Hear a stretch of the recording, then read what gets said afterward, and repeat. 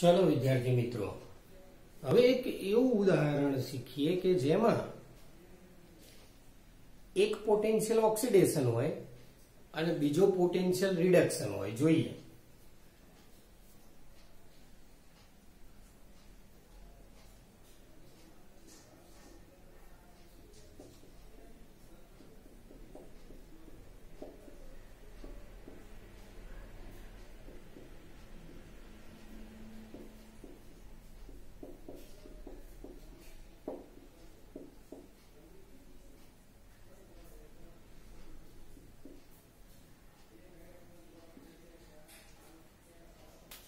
જોઈ લો મિત્રો, Ag થી Ag પ્લસ એટલે Ag ની ઉપર કઈ નથી, કઈ નહીં તો શું ગણાય 0. 0 થી 1 પ્લસ એટલે આ પોટેન્શિયલ કયો કહેવાશે?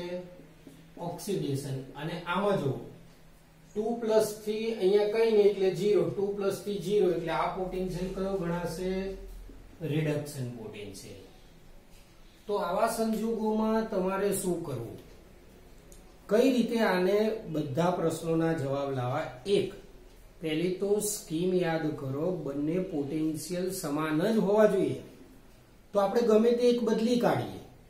માની લો કે આ Cu શેમાં છે? રિડક્શનમાં છે. તો એને બદલી કાઢીને ઓક્સિડેશનમાં લઈ જઈએ તો શું થશે? તો આવું થશે. જો E0 Cu થી Cu2 પ્લસ બરાબર પ્લસના લખી દેવાના માઇનસ 0.1. તો હવે તમારે એક આ ચેક કરવાનું, કેમ કે આ કેવો થઈ ગયો? ઓક્સિડેશન પોટેન્શિયલ, આ પણ ઓક્સિડેશન, તો બંને સમાન થઈ ગયા. તો પહેલો જ મુદ્દો સમાન કરવાનો. સમાન કરવા માટે શું? આને ફેરવી નાખો, આનું પ્લસ હોય તો માઇનસ ને માઇનસ હોય તો પ્લસ, ચિહ્ન બદલી કાઢો એટલે ઓક્સિડેશન નો રિડક્શન ને રિડક્શન નો ઓક્સિડેશન થઈ જાય. મિત્રો પ્લસ માઇનસ બદલો, આને બદલો. હવે જોવાના કયા બે? બંને ઓક્સિડેશન વાળી લાઈન જ જોવાની. ચલો યાદ કરો નિયમ. મોટો હોય, જો બંને ઓક્સિડેશન હોય તો મોટો હોય એ સમા આવશે એનોડ. આમાં ચેક કરો, મોટો કોણ? -0.34 કે -0.80.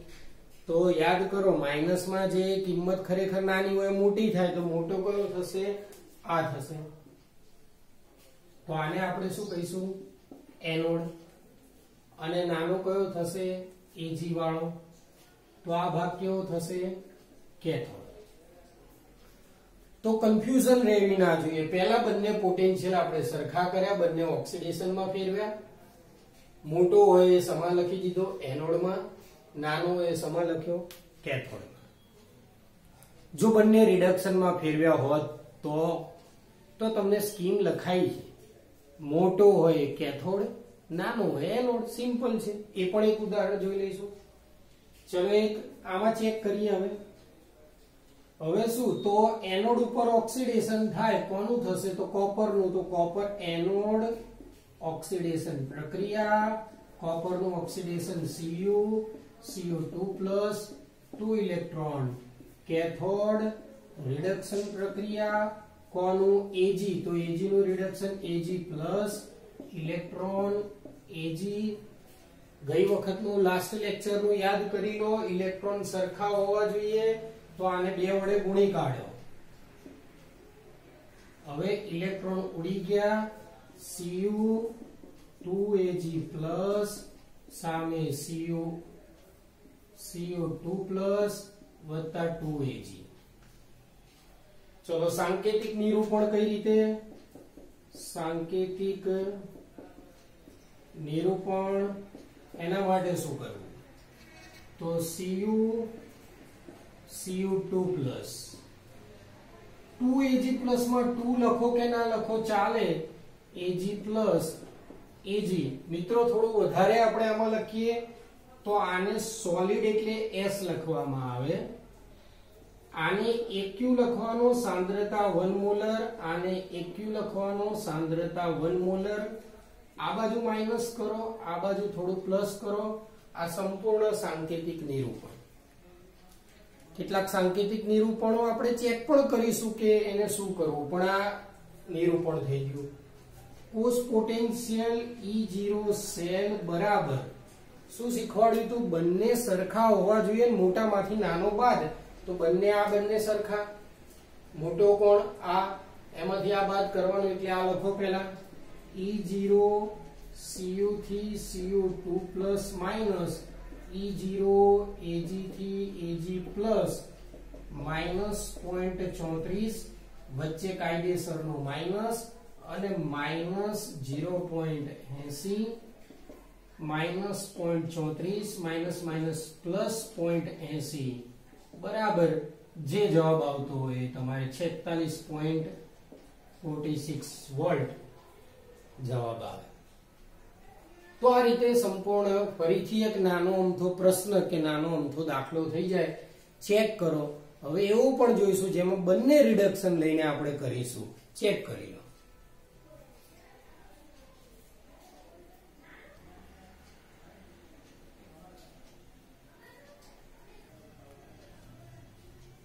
ચલો મિત્રો, હવે એવા લઈએ કે જેને આપણે બંને રિડક્શનમાં ફેરવી અને દાખલો ગણીએ જોઈએ, જેથી તમને એ પણ ખ્યાલ આવી જાય. માની લો કે E0 Al3 plus 1.66 volt, E0 Mg2 plus Mg minus 2.36 volt. ચલો મિત્રો, હવે જો Al3 પ્લસ Al3 3 પ્લસ ગયો, ઓક્સિડેશન પોટેન્શિયલ થયો. આ જો 2 પ્લસ થી Mg રિડક્શન પોટેન્શિયલ થયો. તમને ખાસ આજ ખબર પડવી જોઈએ કયો પોટેન્શિયલ છે. અહીંયા આની ઘાત કેટલી હોય? કઈ ના હોય તો 0 ગણાય. 0 થી પ્લસ વધ્યો એટલે ઓક્સિડેશન પોટેન્શિયલ. આ બે માંથી આની કઈ ના ગણાય. 2 માંથી આ 0 તો ઘટ્યો એટલે કયો કહેવાય? રિડક્શન. આવું બધામાં ચેક કરવાનું. ચલો, આટલું થઈ ગયું. હવે આપણે શું કીધું હતું? બંનેને રિડક્શનમાં ફેરવીને ચેક કરીશું. તો આ Al વાળાનું રિડક્શન કરવો હોય તો એને પહેલા ફેરવી નાખો. Al3 પ્લસ પહેલા લખો, Al લખો. જવાબમાં શું કરવાનું? 1.66 પ્લસમાં છે, એના બદલે માઇનસ 1.66 વોલ્ટ લખો. તો હવે આ પણ સમય આવી ગયો, રિડક્શન પોટેન્શિયલમાં આવી ગયો. આવું આપણે રિડક્શન ને ઓક્સિડેશન એવું બાજુમાં લખવાની જરૂર નહીં. લખવું હોય તો તમારે પેન્સિલથી લખવું.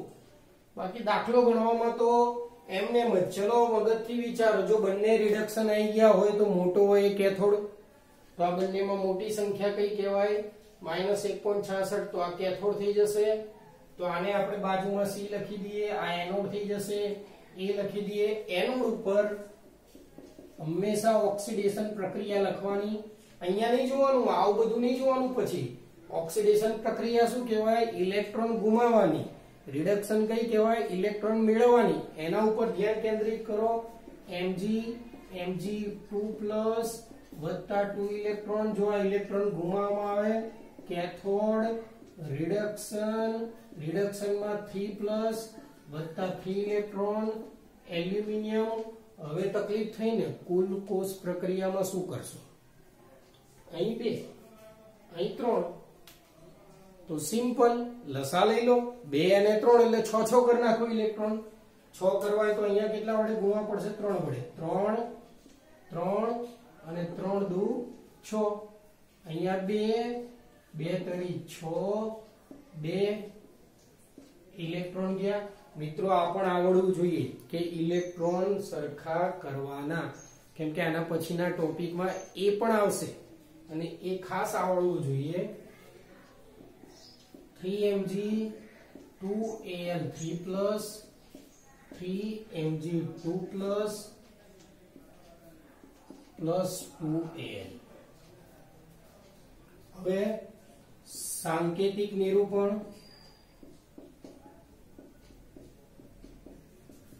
Mg3 Mg2 plus Al3 plus 3Al.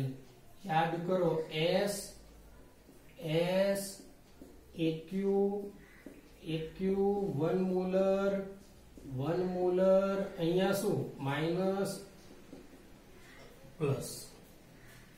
બાકી શું રહ્યું? હવે બાકી રહ્યું હવે કોસ પોટેન્શિયલ. એના માટે શું? તો E0 સેલ યાદ કરજો, બંને સરખા જોવાના, બંને રિડક્શન આ રહ્યા. મોટો કોણ? આ મોટો 1.66 વાળો, એમાંથી નાનો બાદ કરવાનો, તો શું આવશે? E0 Al3 plus Al minus E0 Mg2 plus Mg બરાબર -1.66 minus 2.36 1.66 minus minus plus 2.36. આનો જે જવાબ આવે તમારે મૂકી દેવાનો. જે પણ આવે 66 એટલે 34 ને 36 લગભગ 0.70 વોલ્ટની આજુબાજુ આવી જશે. તો આ તમારે નાના નાના દાખલા ગણવાની સ્કીમ થઈ. આને પણ જોઈ લો અને ગણી લો, પછી બીજી નાની નાની એમથી વસ્તુ જે રહી ના જાય એના માટે તમને કરાવી દઈએ, જોઈ લો.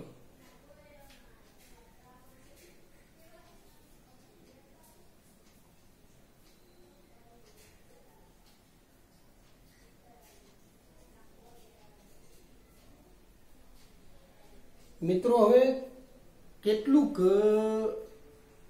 સાંકેતિક નિરૂપણો વિશે આગળ વધીએ, થોડું ઘણું એ પણ શીખી લઈએ, જેથી કદાચ પૂછાઈ જાય તો તકલીફ ના પડે અને તમને લખતા આવડે કે સમજતા આવડે એ પણ જોઈ લઈએ. જો ધારો કે ઝિંક Zn2+ અથવા પોટેન્શિયલ થી જ લખી દઈએ કે E0 Zn થી Zn2+ 0.76 અને બીજો અર્ધકોષ પ્રમાણિત હાઇડ્રોજન ધ્રુવ છે. તો હવે આના માટે શું કરવું? તો આના માટે બધી વસ્તુઓ ચેક કરી લઈએ. તો જોઈ લઈએ, આ કયો પોટેન્શિયલ કહેવાય? Zn થી Zn2+. યાદ કરો, Zn થી Zn2+ ઓક્સિડેશન પોટેન્શિયલ. તો આ ઓક્સિડેશન હાઇડ્રોજન ધ્રુવ ઓક્સિડેશન પણ લેવાય અને રિડક્શન એ લેવાય, તમારી ઈચ્છા થાય તો આપણે અહીંયા હાઇડ્રોજનનો ધ્રુવ ઓક્સિડેશન આ રીતે લેવાશે H2H+. એનો ઓક્સિડેશન કે રિડક્શન બંને મૂલ્ય હંમેશા 0 જ થશે. તો આ થઈ ગયો હાઇડ્રોજનનું ઓક્સિડેશન. હવે આપણે આને સમીકરણમાં લખીએ, એટલે સમીકરણમાં બંને ઓક્સિડેશન છે. મોટો આ ઝિંક થઈ ગયો, તો એનોડ ઓક્સિડેશન Zn થી Zn2+ વત્તા 2 ઇલેક્ટ્રોન, કેથોડ રિડક્શન H+ થી ઇલેક્ટ્રોન અને H2 અહીંયા 2 કરી નાખીએ, ઇલેક્ટ્રોન ઉડી જશે, Zn 2H+ Zn2+ વત્તા H2. સાંકેતિક નિરૂપણ, ખાસ સાંકેતિક નિરૂપણ, તો Zn થી Zn2+ 4 સેતુ H+H2 અને Pt લગાવવાનું. આમ પ્લેટિનમમાં હોય જેટલા વાયુ વિદ્યુત ધ્રુવો તમે હવે દર્શાવો એમાં Pt ખાસ લગાવી દેવાનું. તો અહીંયા શું આવશે? Aq, અહીંયા Aq, અહીંયા 1 મોલર, અહીંયા પણ 1 મોલર, અહીંયા શું આવશે? 1 બાર, આ માઈનસ, આ પ્લસ, અને બીજું મિત્રો E0 સેલ બરાબર શું? બહુ જ શોર્ટકટમાં એ રીતે, જો બીજો અર્ધકોષ પ્રમાણિત હાઇડ્રોજન ધ્રુવ આપ્યો હોય તો એને જવા દો. બાકી શું હતો? ઝિંકનો હતો. ઝિંકનો કેટલો હતો? 0.76. તો અહીંયા લખી દો 0.76 વોલ્ટ. આ જ E0 સેલ થાય, કેમ કે પેલાનો તો 0 જ છે, બાદબાકી કરશો તો E0 સેલ 0.76 જ આવવાનું. તો ખાસ યાદ રાખવાનું કે જો પ્રમાણિત હાઇડ્રોજન ધ્રુવ આપ્યો હોય તો બીજા કોષનો પોટેન્શિયલ હોય એ જ E0 સેલ થાય અને પ્લસમાં જ થાય. ભલે ને ઉપર અહીંયા માઇનસ હોય તો આપણે શેમાં લખવાનું? પ્લસમાં. તો આ રીતે હાઇડ્રોજન ધ્રુવનું સાંકેતિક નિરૂપણ ખાસ યાદ અહીંયા G લખવાનો રહી ગયો. પ્લેટિનમમાં S, ઝીંકમાં S. તો આ સાંકેતિક નિરૂપણ જેટલા વાયુ વિદ્યુત ધ્રુવ છે બધાના સાંકેતિક નિરૂપણમાં તમારે આ રીતે અંદર આવું G પછી પ્લેટિનમ પ્લસ માઇનસ આ રીતે દર્શાવવું. તો આ મિત્રો સાંકેતિક નિરૂપણ. કદાચ શોર્ટકટમાં બીજું સાંકેતિક નિરૂપણ કે જેમાં એવું હોય કે અહીંયા આટલામાં જોઈ લઈએ કે માની લો કે આ બાજુમાં H2 હાઇડ્રોજન ધ્રુવ છે અને આ બાજુ Ag છે. તો આનું સાંકેતિક નિરૂપણ શું થાય? તો આ બાજુથી જ શરૂઆત કરવાની. પ્લેટિનમ H2H+, કેમ કે આ એનોડ છે, માની લો આ કેથોડ છે.